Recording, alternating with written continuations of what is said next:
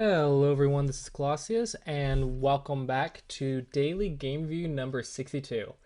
Today we have Con 15Q versus Relig 15Q. It's an even game, and we're going to see how they go, or how they play.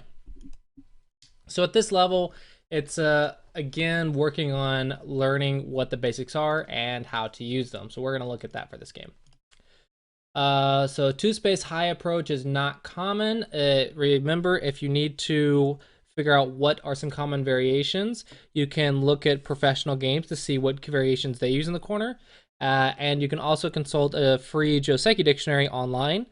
That is at josekipedia.com or itago.com, or some other places. Maybe some people in the comments below will share with you as well.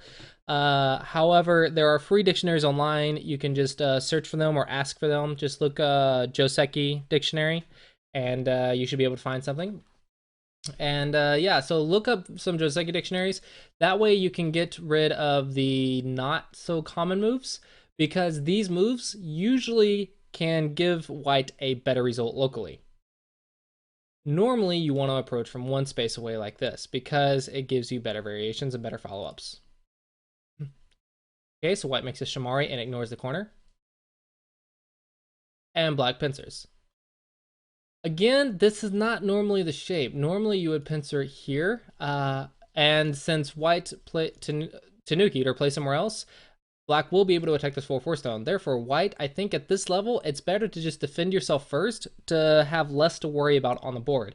Because if your opponent gets the chance to attack you somewhere, maybe you'll lose a little bit of an advantage in this area. And at this level, we don't want to do that when we want to do that as little as possible, due to the fact that we're at this level, there's going to be mistakes at other parts of the game. So we want to cut down the mistakes as much as possible. Therefore, learn the stuff that you can learn at your level right now, and make sure that those aren't mistakes that you are making. You should be working to fix the other mistakes in the middle game and end game, but the opening is something you can look up on a free online dictionary and kind of have a general idea of how to play. That way you don't make hardly any mistakes in the opening, theoretically, and you don't want any more mistakes than you have to. So at this level, just simplify your game, play the basics, play the basic shapes, and work on fixing the mistakes that come up after that. In this case, it's better to fix here at this level too, because when we consult our questions, question 1, where is my weakness? Question 2, where's my opponent's weakness? And question 3, where's the big move? Well, this is question 1. I have weakness in this corner that black can exploit by playing a pincer. Therefore, probably you want to do something about it with something simple like this. You may also consider this to force black to build up some thickness, and you can build up a very large area on top or very large corner. Or you can just play simply like this, and it's also perfectly fine. However, I think you should do something to defend that stone in the corner, because according to basics, that's our first step, and let's learn the basic steps first before we start worrying about where the exceptions are. If you don't know the basics, then you can't think of the exceptions. All right, so let's move on. Black plays this way. Again, this is a little weird shape. White now defends his corner, perfectly fine. And black plays this one. So this one is actually not understanding what the 4/4 point is supposed to do. This means that you're worried that white's going to come in, because maybe you've seen players come in and take your corner like so, and you're scared of this. However, this isn't something to be scared of. This is a common variation for the 4/4 point. If you don't like this, then perhaps you probably shouldn't play the 4/4 point. However, don't be scared of this. This is a common Joseki, a common variation that is equal for both sides. And in this case, it's slightly better for black, because white got 10 points in the corner, but black's got more than 10 points in influence. Therefore, this result is good for black, and you should definitely not be scared of it. Additionally, the way to defend the corner, if you want to stop the 3/3, is a knight's move to the third line, either this side or this side. Now when your opponent comes in, it is a ko. In this case, this is good for you as well, because if your opponent comes in, well, it's a ko for his death. And then, then if white tries to play something and you respond and play this, well, now you have the option of fighting the ko by playing a ko threat, or getting 2 moves in a row somewhere else on the board, which is much bigger than trying to do this locally, theoretically. Again, so don't be scared of the corner. There's many options you can do. You can handle this as a ko for white's death, or you can just take it 2 moves for free on the rest of the board, which is probably bigger than this corner in general. Therefore, your opponent likely won't come into 3-3 until later in the game. And lastly, if you really want to defend this corner, the way to defend is this shape. That way the 3-3 will die now, because there's no way for white to live because of this stone and this stone supporting black. There's no way for white to live in this corner. In addition to that, this shape's a lot more efficient than just playing the 3-3, right? Because this is kind of makes the 4-4 look pointless, because the 4-4 is meant for influence, but here you're trying to make territory with it. You only make territory when you need a base or something like this, when you're trying to settle your stone and settle the position. Otherwise, go ahead and make that moyo. Don't be scared of the invasion. A moyo is how the 4-4 is supposed to operate. It's supposed to make a large influence and then attack your opponent when they come in. And you'll make points by attacking and gain profit while attacking. But this is how influence works. So I think you probably don't quite understand how influence works or how the 4-4 works if you're playing a move like this. So try and think really hard. What is the purpose of each of these stones or each of the opening moves? A 3-4 point has a half influence, half territory. A 4-4 has absolutely no territory but lots of influence, and a lot of people like influence. So I think instead of being scared of the 3-3, you should learn how to utilize the 4-4's influence and how to make it efficient and how to deal with the variations. You can also, again, look up local josekis online for free.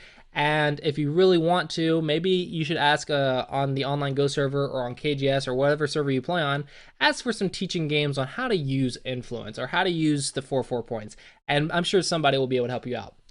All right, I've spent enough time on this little corner, so I'm going to go ahead and move on. But again, remember that you need to make sure the stone is doing what it's supposed to do and not playing. This is kind of the exact opposite idea of what the 4-4 is supposed to be doing.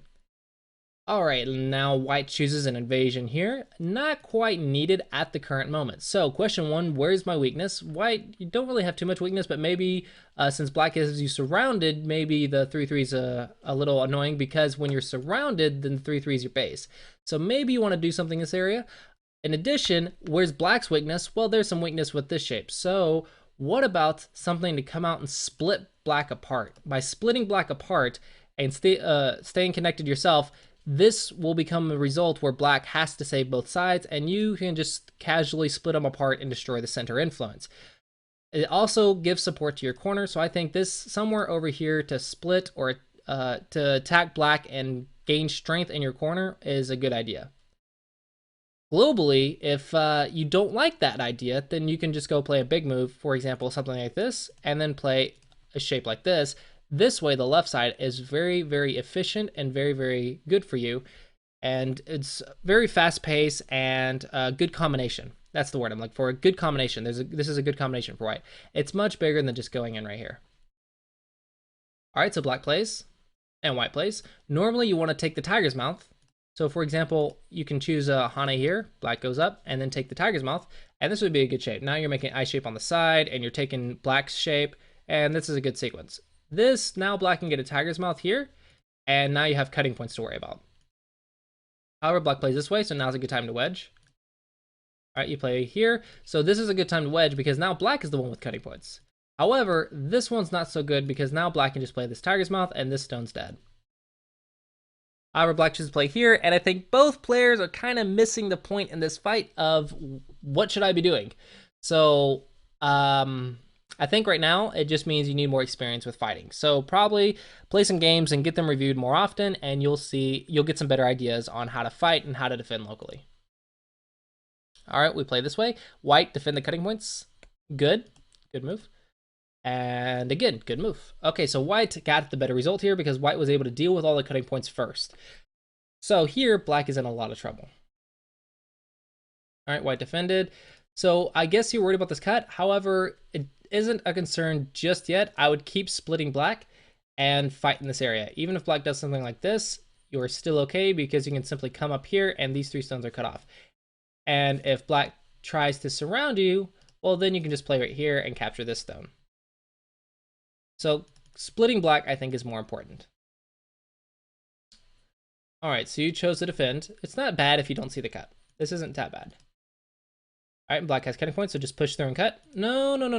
Don't Tanuki or play somewhere else when there's still a big fight. The big fight is urgent. You want to play urgent before big. So here, there's all kinds of cutting points, all kinds of weakness for black. So you want to take advantage of that weakness. So pushing through and cutting is definitely the way to play because black is in a lot of trouble here.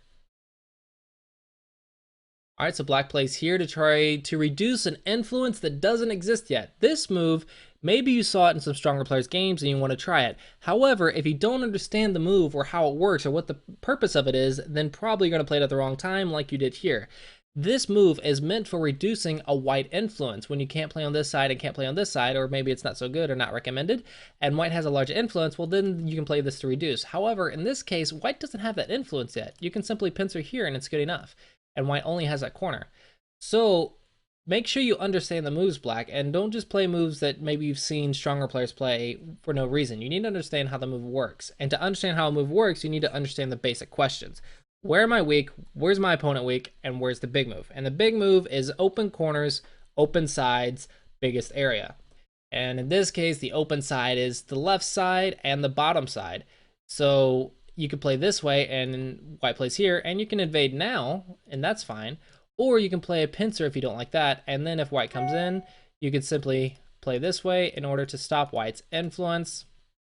And this is another Joseki, right? However, I think maybe this is a little good for white, but that's because you have all this weakness over here and you can't really do anything about it. Anyway, so that's those are the options there. So I recommend looking up what are the basic variations first, and then try answering the basic questions more often. All right, so white defends here, so this is the proper shape and gets points, which is good. And black plays here. Again, black, you're playing the abnormal moves. This isn't one of the normal moves. Normally it's low one space or high one space. And the high one's even rare nowadays. Otherwise, a pincer or some other variation. But this isn't normally good because it doesn't defend the 3-3 at all. So even when white jumps back or white plays something, the 3-3 is still a big weakness for black, and you don't have a stone to support it. So for example, if I go in now, you can see that this stone, it gives you a tiger's mouth, but white still is able to extend multiple times and take your points. Whereas if it was here, now when white goes up, you can just block on the head like this, and it's much smaller for white to live in the corner. So it's a bit more effective. But the Joseki is actually this one. So white will, of course, change its plan. However, in the other one, when you had the 2 space high, then it was a bit good for white because white got a bigger corner. All right, white chooses to jump back, perfectly reasonable. Black decides to come in, also reasonable. Plays here. Normally, black, you want to take that tiger's mouth first, block that tiger's mouth, and then you can start thinking about something like this. But if you don't block the tiger's mouth, then white's going to get a good vital point on you very quickly because this is an important liberty move here soon. We play this way, and white does get it, and now your 2 stones are in a lot of trouble because they only have 2 liberties. So getting that vital point or that tiger's mouth is very important. White, you can extend. If black plays this way, you can simply play this way. Black has to defend, and then you just kill him. So black will have to play this way, then defend, and then you can live in the corner. And black's going to die on the inside. Just extend. And if black plays this way, well, now you can break out. So the difference is quite important.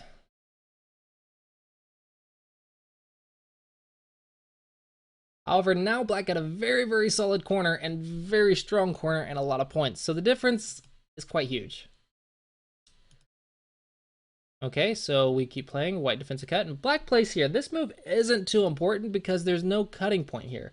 This is a 1-point jump, and you're super strong, so you don't have to worry about anything. Even if white plays something right here, you just Atari, and then connect. And this cutting point's just a ladder, so you're fine.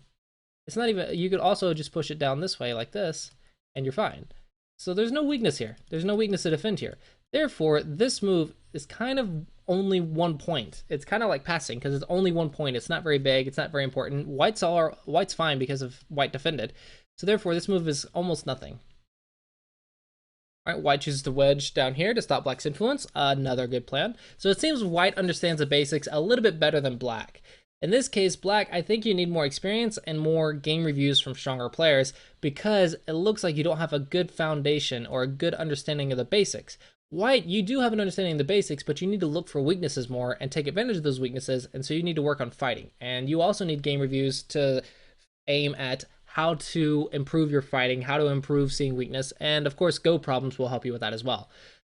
So both players, I recommend getting game reviews, but the goals are a little bit different. Black, you need some basic foundations, some basic combinations, basic Josekis. White, you need some basic Josekis too, and attacking and defending weakness.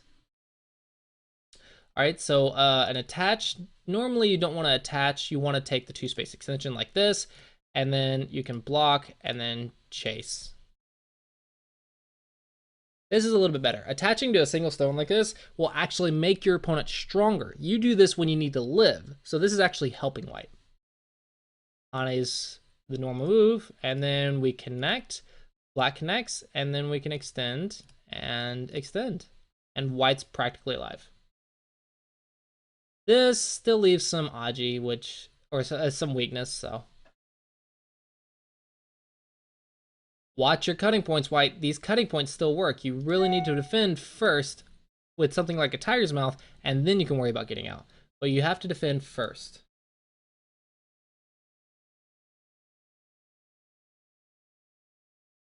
This doesn't quite defend, so I'm not sure what you're doing here. There's still a cut.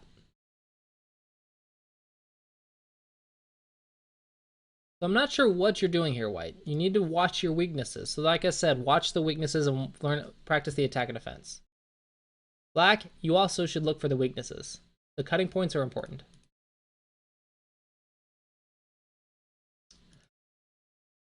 Okay, so I think this is all coming down to the same thing. See, life and death, reading, weaknesses, attack and defense.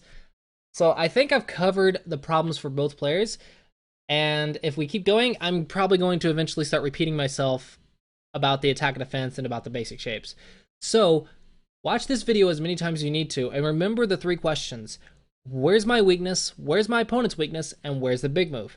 And also make sure you're thinking of the efficient shapes. Watch your cutting points, watch where your profit is, and where's the big area. Don't just play something just because your opponent's getting it. If your area is bigger than theirs, then you need to help your area. Taking their area just because you don't want them to get anything is not the way to play. So get the basics down, work on getting your games reviewed from stronger players, and just do that as much as you can, and just keep playing, because at this level, what you really need the most is experience. You really need more and more experience, and getting your games reviewed will help keep you on the right track. So keep submitting them to the series, ask for game reviews online, and then just play, and keep doing Go problems every day.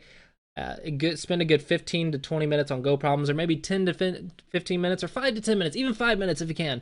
Just whatever it takes, whatever you have free time for. Do some Go problems and then play games every day. Gain that experience, because that's the biggest thing you lack right now is experience, and you'll find yourself improving much more quickly. All right, I hope you guys found this helpful. Thanks for watching, and I will see you guys next time.